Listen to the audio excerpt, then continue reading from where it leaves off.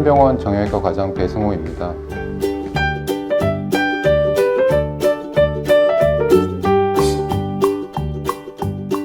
건이라고 하는 건 힘줄을 말합니다. 힘줄이라는 거는 우리가 몸을 움직일 때, 하다못해 손가락이나 발가락을 움직일 때 그 뼈에 붙어 있는 것이 바로 힘줄입니다. 근육이 일종의 모터, 그러니까 잡아당기는 모터라고 하면 힘줄은 모터로부터 뼈까지 가서 달라붙는 일종의 밧줄 같은 그런 거고요. 우리 전신에 뼈가 있듯이 그 뼈들을 움직이기 위해서는 근육들이 있고 그 근육들에서 나와서 뼈에 붙는 부분이 바로 힘줄, 즉 건이라고 할 수 있습니다. 이 건에 염증이 생기는 걸 건염이라고 하고요. 우리 몸의 모든 곳에 힘줄, 즉 건이 있기 때문에 어디에 생겨도 이상할 게 없는 것이 건염이라고 할 수 있는데요. 그래도 대표적인 질환이 몇 가지가 있습니다. 어깨에 생기는 건염, 즉 회전근개, 팔을 들어 올리는, 그리고 팔을 바깥쪽으로 돌리는데 가장 중요한 회전근개라는 힘줄 다발이 있는데요. 이쪽에 염증이 생기는 것도 건염의 한 종류라고 할 수 있고요. 또 발 뒤꿈치, 아킬레스건이 부착되는 발 뒤꿈치에 생기는 건염이 아킬레스 건염이고요. 또 손목이라 하면 엄지로부터 쭉 선을 타고 내려와서 손목까지 이어지는 이 부분에 생기는 힘줄염도 건염입니다. 이 건염은 특별히 스위스 의사 이름을 따라서 득게르뱅이라고 하는 재미있는 이름이 붙어 있는데요. 득게르뱅 건염이라고 하면 주로 손목에 호발하는 건염이라고 할 수 있습니다.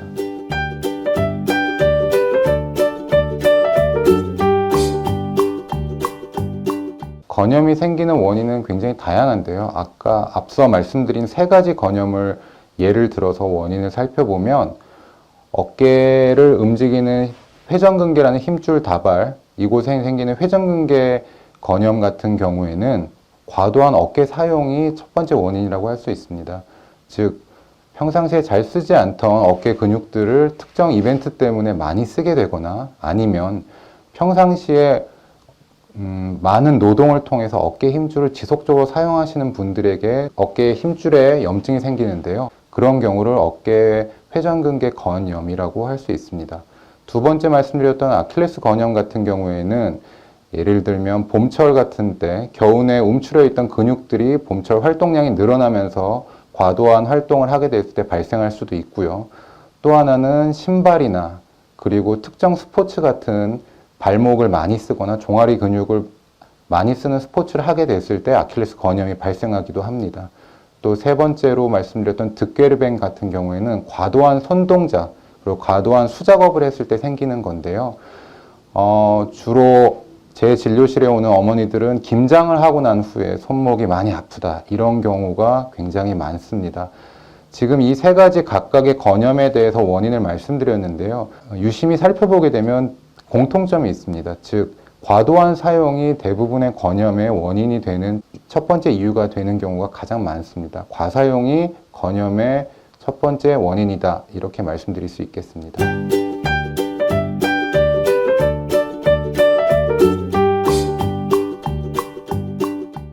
증상과 검사에 대해서 살펴보도록 하겠습니다. 세 가지 대표 질환을 통해서 증상과 검사에 대해서 이야기를 나누어 보도록 하겠는데요. 첫 번째, 어깨 회전근개 건염에 대해서 말씀을 드리면 증상은 어깨를 쓰면 아프다는 겁니다. 특히 머리 위에서 어깨 위로 팔을 이렇게 돌리는 동작이나 그런 동작을 할 시에 어깨에 통증이 발생하고요. 그런 통증이 발생하게 되면 일단 병원에 오시게 되면 저희가 엑스레이 같은 검사를 통해서 다른 뼈에 문제가 있는 건지 확인하게 됩니다. 그리고 나서 필요에 따라서 초음파나 MRI를 찍는데요. 건염이 처음에 의심된다고 해서 초음파나 MRI를 바로 진행하지는 않고요. 일단은 증상의 추이를 좀 살펴보게 됩니다. 두 번째, 아킬레스 건염 같은 경우에는 증상이 걷거나 그리고 스포츠를 하려고 하면 이전에 없던 발 뒤꿈치의 통증이 증가하는 그런 증상들을 보이게 되고요. 심해질 경우에 발목을 단순히 발 아래나 얼굴 쪽으로 움직일 때도 통증이 많이 발생하는 게 아킬레스 건염의 특징입니다. 아킬레스 건염은 특별히 검사를 통해서 진단을 하지는 않고요. 증상 자체가 굉장히 특징적이기 때문에 의사가 단순히 보거나 만져보는 것만으로도 검사는 충분히 진행이 가능하고요. 물론 추가적인 다른 증상이 있을 경우에는 초음파나 MRI를 시행하기도 하는데 굉장히 그 경우는 드물다고 할 수 있습니다. 손목에 생기는 힘줄염, 손목 건염, 아까 말씀드린 득괴르뱅이란 병은 특징적인 이학적 검사로 바로 즉각적인 진단이 가능합니다. 환자분에게 손을 펴보라고 하고요. 엄지를 주먹 안에 집어넣도록 하고 손을 오므리게 하면 이런 모양을 만들 수 있는데요. 이 모양인 상태에서 의사가 손목을 아랫방향으로 잡아당겼을 때 손목 위쪽에서 어마어마한 통증이 발생하게 되면 손목의 득게르뱅 힘줄염에 대해서 즉각적인 진단이 가능합니다. 이런 경우에는 너무나 특징적이어서 추가 검사나 이런 건 따로 필요하지 않게 되고요. 바로 치료로 넘어갈 수 있습니다.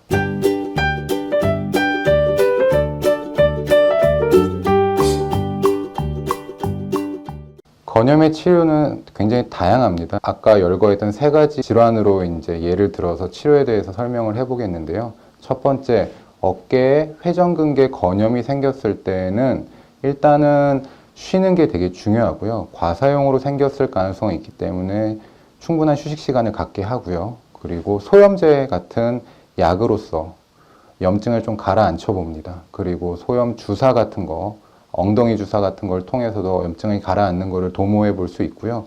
그럼에도 불구하고 증상이 지속되거나 그러면 초음파를 보거나 해서 회전근개 주변으로 염증이 있는 게 확인이 되면 그쪽으로 주사를 놔서 어깨에 직접적인 주사를 통해서 치료를 하는 경우도 있습니다. 아킬레스 건염의 치료는요, 가장 중요한 게 쉬는 겁니다. 과사용돼서 아킬레스 건 주변으로 염증이 증가했기 때문에 일단은 활동을 최대한 자제해서 염증이 가라앉는 걸 기다려 보고요.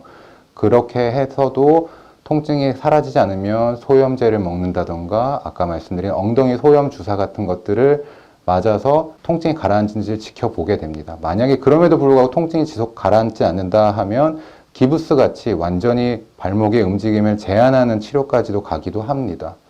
세 번째, 손목 주변에 생기는 득괴르뱅 건염 같은 경우에는 제일 중요한 게 쉬는 건데요. 이 또한 쉬는 게 가장 중요한데 실질적으로 손은 우리가 평상시에 지속적으로 쓰기 때문에 이걸 쉬기가 굉장히 어렵습니다. 그래서 득괴르뱅 힘줄염 환자가 외래로 오게 되면 처음 만났을 때부터 엄지손가락을 고정하는 기부스 치료를 하는 게 가장 일반적이고요. 이런 치료를 해서 충분히 엄지손가락 사용을 제한하게 되면 통증은 굉장히 빠른 속도로 소실되는 특징을 가지고 있습니다. 제가 지금까지 각각의 질환별에 대해서 치료법을 열거했는데요. 이것 또한 공통점이 있는 게 일단 쉰다, 충분한 휴식 시간을 갖는다. 두 번째, 소염제를 먹는다. 세 번째, 안 되면 그 주변으로 초음파를 해보거나 아니면 염증을 가라앉히는 주사를 놔본다. 이런 특징이 다 있고요. 여기서 별개로 어깨에 생기는 힘줄염 중에 석회로 인한 힘줄염이 따로 있습니다. 이거는 아까 말씀드린 과사용, 많이 사용해서 생긴 힘줄염이 아니라 어깨에 석회가 발생하면서 생기는 힘줄염인데요. 이건 굉장히 아픕니다. 만약에 이런 석회로 기인하는 어깨에 석회성 힘줄염이 발생하게 되면 충격파를 해서 석회를 깨는 노력을 한다든가 아니면 초음파를 보고 그 석회에 직접적인 주사를 놔서 석회를 없애는 거를 처음부터 시도해 볼 수도 있고요. 이렇게 하는 이유는 어깨에 생기는 석회성 건염은 통증이 어마어마하게 심하기 때문에 약을 먹고 증상이 좋아지는지 기다리기보다는 즉각적으로 치료를 하는 것이 더 좋기 때문에 그렇게 하고 있습니다.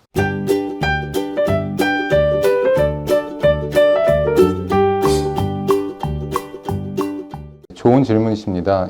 병이 생겨서 좋은 치료를 하는 것도 중요하지만 병이 생기지 않게 예방하는 게 되게 중요한데요. 건염도 마찬가지로 예방이 굉장히 중요하다 할 수 있겠습니다. 모든 건염을 예방하는 데 있어서 사실 제일 중요한 건 스트레칭입니다. 내가 어떤 과도한 활동 아니면 이전에 하지 않는 활동 같은 걸 하려고 하면 스트레칭을 충분히 하고 하는 게 중요하고요. 특히 어리거나 젊은 친구들은 사실 큰 문제가 없는데 중장년층 이상에서는 내가 평소에 하지 않던 신체 활동을 하겠다라고 하면 그 부위를 충분히 이완을 시켜가지고 활동을 개시하는 게 건염을 막을 수 있는데 굉장히 중요하고요. 그리고 또 내가 평소에 하지 않던 운동을 과사용을 했다. 과사용을 해서 그 부위에 좀 무리가 올 것 같다라는 생각을 하시면 그 활동 이후에 해당 부위에다가 얼음찜질 같은 걸 해주는 게 예방에 좀 도움이 될 수 있습니다. 이건 간단히 예를 들어 보면 야구 선수들 중에 투수들이 마운드에서 공을 수십 개를 던지고 나서 자기 일을 마치고 더그아웃으로 들어가면 얼음을 어깨 주변에 많이 붙이고 있는 거를 아마 TV에서 보신 적이 있을 텐데요. 이게 건염의 예방에도 그 맥락을 같이 하는 행동이라고 볼 수 있습니다. 그래서 두 가지를 기억하시는 게 좋은 게 활동하시기 전에 스트레칭을 충분히 한다. 두 번째는 그런 활동이 있었다면 그리고 뭔가 증상이 생길 것 같은 징조가 보인다면 그 부분에 얼음찜질을 좀 해줘라. 이 두 가지로 예방법을 말씀드릴 수 있겠습니다.